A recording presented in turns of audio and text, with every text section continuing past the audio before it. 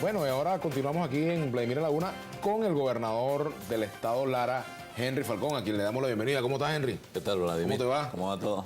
Bueno, aquí todavía haciendo el balance de estas elecciones. Me gustaría que en unos minutos le diéramos un poco el paseo que ustedes tienen con respecto a esto. Hagamos una pequeña evaluación de lo que ha sido este proceso. Mira, ¿Quién ganó y quién perdió? bueno, simplemente es una operación matemática. Quien tenía un número de alcaldías y logró avanzar en cantidad ganó. Y quien tenía tal número de alcaldías y descendió, perdió.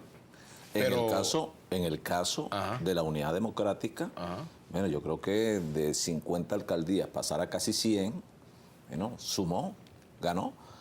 ese es un parámetro. Ahora, Hay otro parámetro que es la votación nacional. Bueno, Se pero, planteaba un objetivo pero si tú para te la oposición, pones, que era el de si te lograr pones más votos que Maduro para demostrar que no era dos legítimo. cosas, Vladimir. Uno, el valor cuantitativo en el efecto electoral. Quien obtuvo mayor cantidad de alcaldías fue la Unidad Democrática. Y en lo cualitativo, espacios que anteriormente controlaba el gobierno, bueno, en alcaldías que son relevantes para el país, Barquisimeto, Mérida, Valencia, Maracaibo, bueno, San Cristóbal, son alcaldías con peso propio. En el caso de Lara particularmente, bueno, solamente en Lara 3 alcaldías, pero con un valor poblacional del 75% de los habitantes del estado. Cabudare, Barquisimeto, Quibor, y 2 alcaldías con una diferencia de apenas 200, 250 votos que están en discusión y que nosotros estamos impugnando. Pero más allá de eso, si nos vamos a ese referencial al que tú señalas, bueno, vamos al 2008, pues. ¿Cuál era la votación que obtenía el partido de gobierno en aquel momento? Y vamos a ver si eso ha venido creciendo o por el contrario ha venido descendiendo. Hagamos una revisión del histórico, del comportamiento de los procesos electorales y vamos a ver cómo se ha manejado la dinámica y cuál es el crecimiento que han obtenido las organizaciones políticas aliadas al gobierno y las organizaciones políticas aliadas a la unidad. Se trata de eso. Ahora, ¿cómo valoro yo el proceso electoral? Yo creo que en líneas generales es positivo, muy positivo. Ahora, Henry, fíjate, había 3 parámetros para medir esta elección: cantidad de alcaldías, cantidad de votación nacional y calidad de las alcaldías. De esos 3, el gobierno, digamos que tiene 2 valores a su favor: la cantidad de votos, porque la sumatoria de votos del PSUM a sus aliados da mucho más que la cantidad de votos que obtuvo, o da más, pues, obtuvo la oposición con todos sus Que algunas veces matices. los tales aliados no son tan aliados. Ajá. Eso también tienes que tomarlo en consideración. Las grandes contradicciones en cada entidad fueron hermanos para coger palco. ¿Eh? Y yo me voy a 2 valores en todo caso que obtuvo la Unidad Democrática. El valor cuantitativo por número de alcaldías. Vamos a estar claros, el avance de lo que tenías a lo que tiene. Claro, eso es básico, ese es el punto de partida real. Y lo otro es en lo cualitativo. Bueno, las alcaldías más relevantes hoy día que estaban en manos del gobierno están en manos de la Unidad Democrática. Yo siempre pongo, y me sale poner ese ejemplo, el caso Barquisimeto. El caso Barquisimeto hay que de verdad medir el peso que tiene la alcaldía de Iribarren. Estamos hablando de la 4ª alcaldía, el 4º municipio del país. Barquisimeto como ciudad es la 5ª ciudad del país. Pero Iribarren es el 4º municipio del país, hermano.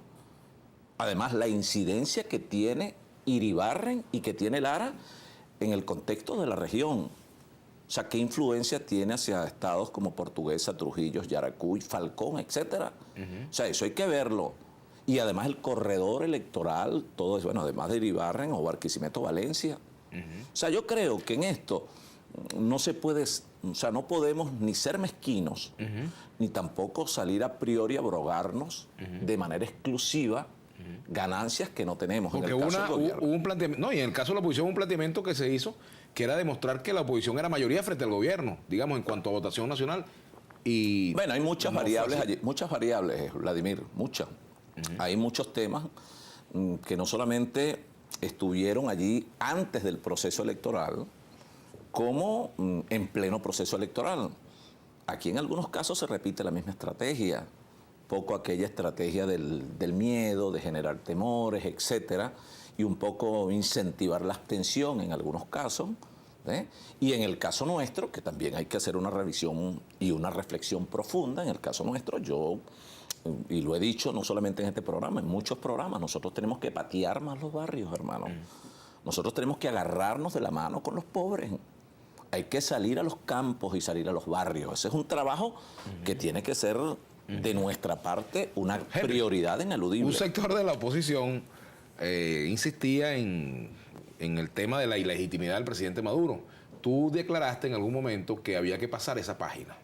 Lo dijiste claramente, bueno, lo cual era un matiz dentro del discurso de la oposición. Hoy en día el presidente, después de estos resultados, ¿es más o menos legítimo que es que yo creo que, fíjate, el tema de la legitimidad para mí, en mi criterio personal, y bueno, eso es parte de la pluralidad y el debate. O sea, yo entiendo que en el marco de la unidad democrática, bueno, también debe privar la diversidad.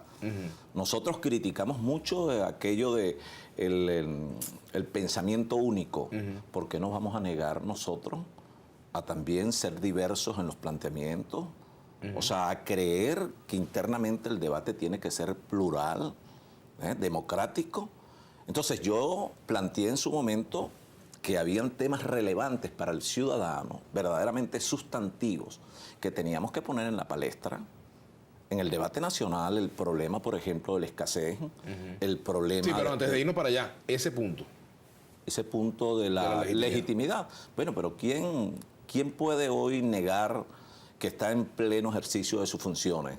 Y lo han reconocido las instituciones. Y eso no tiene que ser un tema que además nos engancha allí, porque eso no es hoy día, Vladimir, un tema relevante frente a los problemas que tiene el ciudadano que va a los hospitales y no hay medicina, el ciudadano que no consigue cemento. Ahora, pero para que funcione, por ejemplo, un esquema de diálogo nacional, tendría que haber el reconocimiento entre los actores, ¿verdad? Bueno, pero el reconocimiento... Unos a los otros y los otros a los unos. Reconocimiento mutuo, pero también tiene que abrirse un espacio a diálogo sincero, objetivo, a un diálogo verdaderamente fundamentado en la verdad, cosa en la cual nosotros creemos.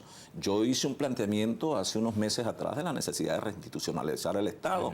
¿Quién no puede creer que eso es necesario hoy en Venezuela? Ahora, eso solo se puede materializar en la misma medida, hermano, en que de verdad el gobierno no solamente muestre voluntad política para abrir ese espacio al diálogo, sino que el diálogo tiene que ser con todos los sectores.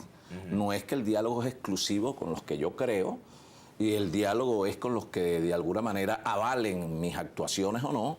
El diálogo tiene que darse con los sectores sociales, con el sector productivo, con el sector político, con todos sin excepción, en la búsqueda bueno, de un entendimiento concertado que nos permita a nosotros abordar los problemas del país priorizando en la gente y no en nuestro partido. Ahora, Henry, desde el punto de vista de lo que va a pasar en la oposición, la mesa de la unidad democrática, ¿qué debe pasar con la mesa? ¿Cuál debe ser su función de aquí en adelante? ¿Tienen que renovarse los voceros?